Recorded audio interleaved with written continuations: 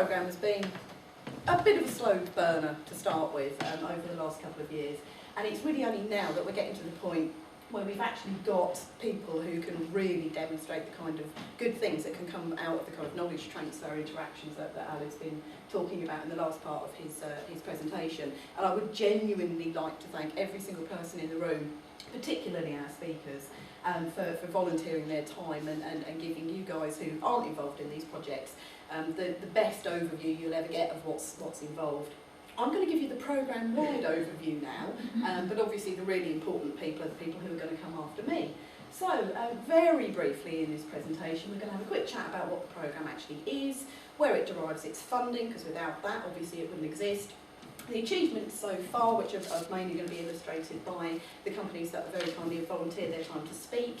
We'll have a look at what a typical low-carbon project looks like, but when I say typical low-carbon project, what you'll find from the various speakers that are going to follow me is that there really isn't a typical low-carbon project. We can be pretty much all things to all people.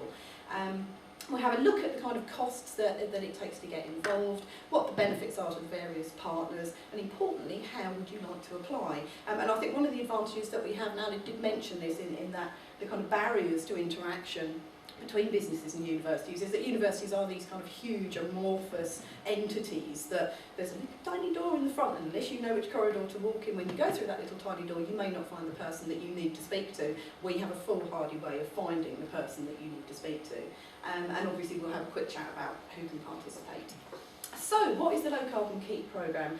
We are one of a plethora of ERDF, European Regional Development Fund, funded business support programmes within the region. We're quite unique, I think, amongst a lot of those other products. We fall into the knowledge transfer category, quite obviously, but the kind of interactions that our project has with beneficiary companies are considerably longer and more impactful than some of our other sister projects, which does put us not exactly out on a limb in a negative way, but it does make us quite a unique offering in the family of ERDF activity within the region. The overall value of the project, now this includes the funding and the private sector match funding, which we'll discuss in a little bit more detail in a moment, is €7.6 million. So that's not an insubstantial amount of money. As I've already said, we are a knowledge transfer project, and I'll talk you through, I mean, most people in the room, I think, are going to know what knowledge transfer is, but I'll talk you through that very briefly in a slide or so's time. We are very obviously open for business right now. We actually kicked off at the beginning of 2010, but as I said, it was a bit of a slow burner to start with. We've very recently been through a business plan rewrite, which has been approved last month, very pleased about that, which now means that we are open for business until the end of December 2014, so you've still got over 2 years to take advantage of this offer. Part of that business plan rewrite was a bit of negotiation on some targets and numbers and so forth. So we've now brought what was originally a target of 331 interactions down to 131, so a little bit more manageable. And we're about 25% of the way there with your projects that we've approved so far, so pretty much on target. We are delivered primarily via a consortium of regional universities. I won't bore you with reading that one out. We have a partnership agreement which sees pretty much all of the HEIs, with some notable exceptions, as you'll see from that list, kind of actively promoting us, but we can work with any HEI or indeed other knowledge base within the country itself, so we've got a pretty wide portfolio of expertise and so forth to draw from. The funding itself, we've got just a fraction over €3 million has come from the European Union via the ERDF programme.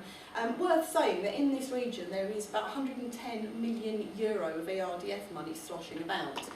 A lot of it has already been deployed or is in the process of being deployed via current projects. I think I did a quick look on the DCLG website the other day and counted 39 active projects.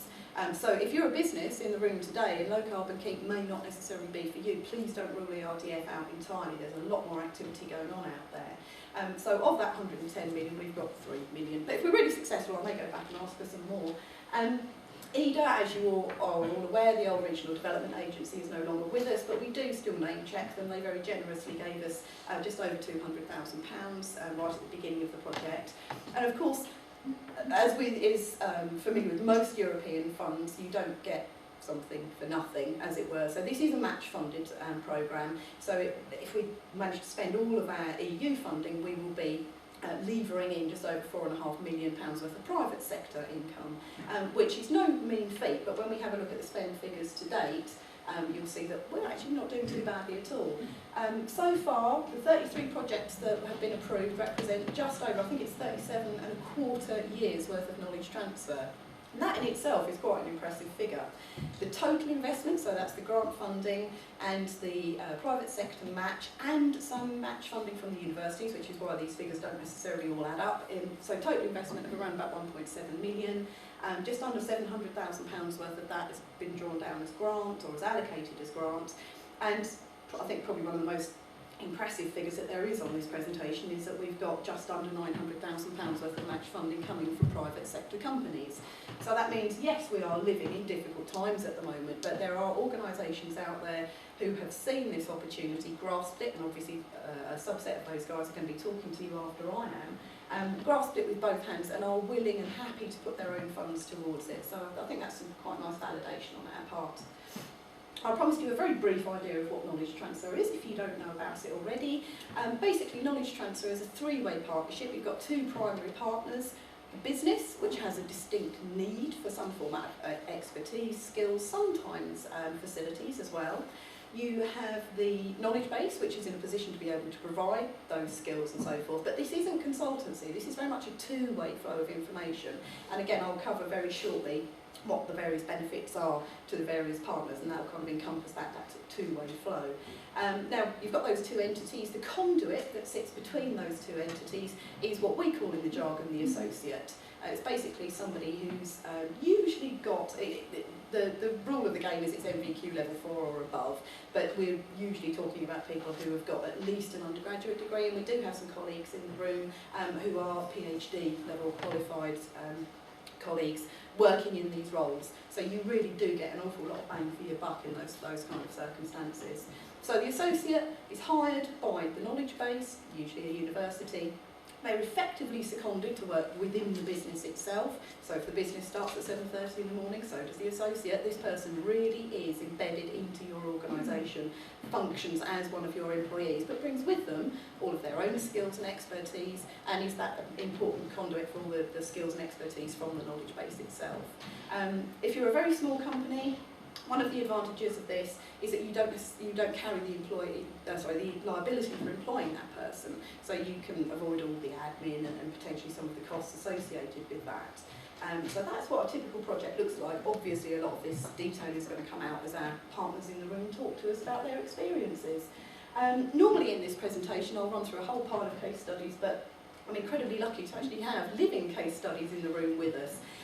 So we will be hearing from, as you'll see from your programmes, IRTL, who are working in partnership with the University of Hertfordshire.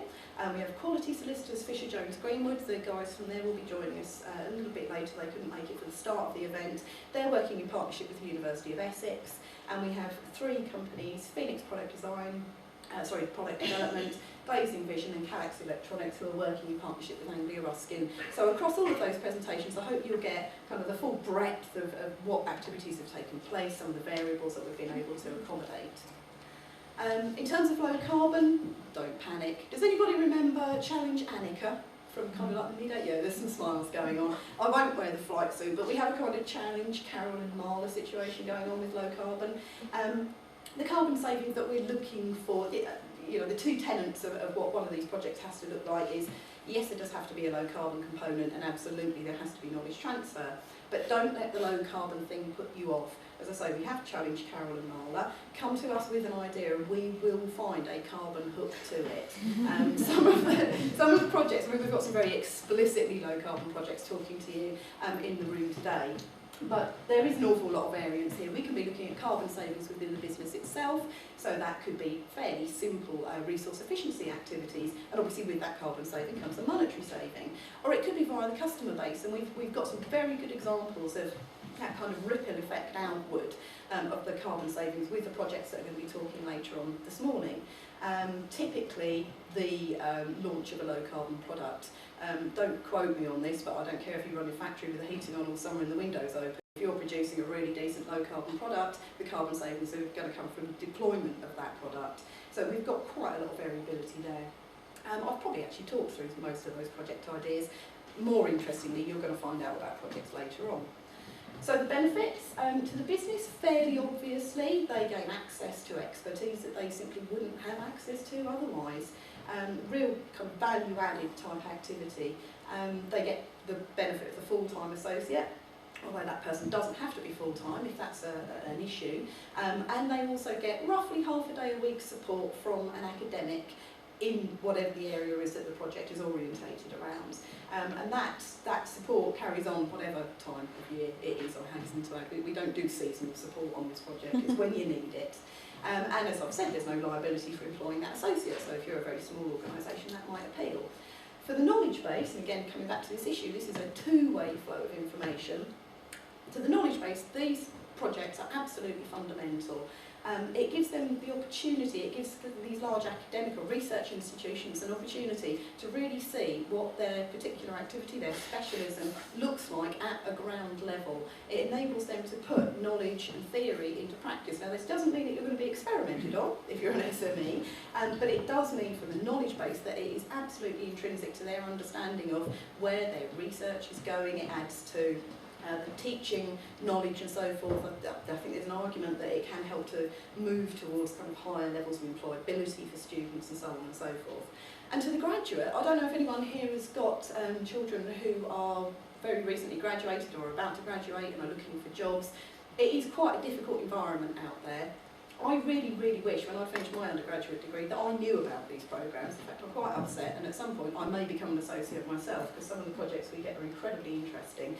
This is a real job. It's not work experience. Average duration for a project is just over 14 months. These are CV building opportunities. It gives them an opportunity to use their academic qualifications as opposed to having to go and get a job in Starbucks or something like that. They're going in as project managers. They're bringing their own expertise. They can learn from the academic that they're working with. They will learn from the business that they're working with. So this is a fabulous opportunity, and I'm sure some of the associates who get up and take part in the presentations will back me up on that. If not, you're not getting a cake at lunchtime. Who can participate? We follow the same rules and regs as all ERDF funding within this region, so you have to be, and ERDF still recognises the old government office region, so you have to be in one of the 6 counties that we would still call the East of England. You can work with any university or other knowledge base within the UK. We've looked at a project which involves a boat builder in Norfolk working with Southampton University. Obviously you have to manage those longer kind of geographical distances, but we are all about the low carbon, so video conferencing and so forth. But we have got some things set in stone, but quite a lot of flexibility around other components. How much does it cost to get involved? 30 words talking about the money. Basically, we can draw down 40% of the major costs of these projects. We will fund 40% of the cost of employing the associate, 40% pro rata of the academics' time, and importantly, these aren't charge-out rates from the university, these are their real costs. So it is very cost effective, particularly if you've got somebody on a stipend, I have to say, who's acting as your associate. We also have capital funding available now, which again was part of the business plan rewrite. So if there are capital items which you need to purchase, which are absolutely fundamental to the project itself, we are able to fund 40% of that as well. Important to say that akin with an awful lot of funding situations, we're not able to pay against VAT charges, but the assumption is that those will be recovered from HMRC. The exact cost of the project is going to be determined by all the variables, so the duration, the type of graduate who's required. As I've said, somebody on a stipend actually is a very cost-effective way of getting this done. It's as long as a piece of string, really, but the average costs for a year's worth of project activity to the SME sits somewhere between £20,000 and £24,000. Now, that's not an insubstantial investment. However, if you as a company had already taken the strategic decision to invest in that activity, in that expertise that you don't already have and which you recognise as being so important for the progression of your company as a whole, of a particular product, then this is a really great way of levering an awful lot more value into your spend for you. The company contribution is negotiated. We have no interest in that, as long as the bills are paid. The company contribution is negotiated at a local level with the university, so frequency of payments, the level of payment and so on and so forth can be fixed prior to the kick-off of the project. So you've got predictable expenditure which can be managed within your cash flow. Something else which we don't get involved with are things like intellectual property. Again, that is negotiated at a local level with the university. So if you did have a project idea where particularly IP might be a situation that you'd be quite eager to address, you need to do that direct with whoever your university partner is. Quick slide here about academics getting involved. Obviously these projects are kind of hugely codependent really. Without the right associate, the project won't happen. Without the right company, the project won't happen. And without the right academic, the project won't happen. And one thing that we've started to do quite vigorously over the last sort of couple of months in particular is marketing this as something that academics should be really interested in and could be driving. So in terms of the academic, there's no cost involved to them whatsoever, and it's a great opportunity for you guys to get your research and your primary area of activity and interest really explored at a company level. How do you apply? If you're sitting there thinking, oh, I really want some of that 3 million she's got her hands on, if you know the knowledge base, the university that you want to work with, fabulous, go and have a chat with them. Most of the universities in this region should know what you're talking about when we say low carbon keep. If they don't, drop us a line and they soon will know what's going on. If you don't know the university that you want to work with and you don't want to burrow into that little tiny door in the front of that huge amorphous building and take the wrong turning down the wrong corridor, we have something on our website called Ask Uni East. I don't know if anyone remembers the I-10 network. There used to be Ask I-10. That's basically Ask Uni East. It sounds like there's a group of highly qualified people sort of behind the scenes working feverishly away on any queries that come in. It doesn't, it comes to my email address and I send it out to people within partner universities. But the point is that that inquiry goes to the person who can actually answer that question for you. Can this university provide this particular expertise? It usually goes into somebody at the knowledge transfer department or office, or business assist office. Sometimes we can accent it towards particular academics if we have knowledge of them. I think the important thing is it doesn't go to info@anglia.ac.uk, it goes to a real person. So we can help you find that university partner. That's me, I have finished. I think I'm just about on time. I'm going to be loitering around pretty much for the rest of the day, so please feel free to pounce on me and ask questions, but quite keen to get on with a really interesting part of the day now, I think, which is our beneficiary companies, and I'll hand you over to Marla for an introduction to the first person.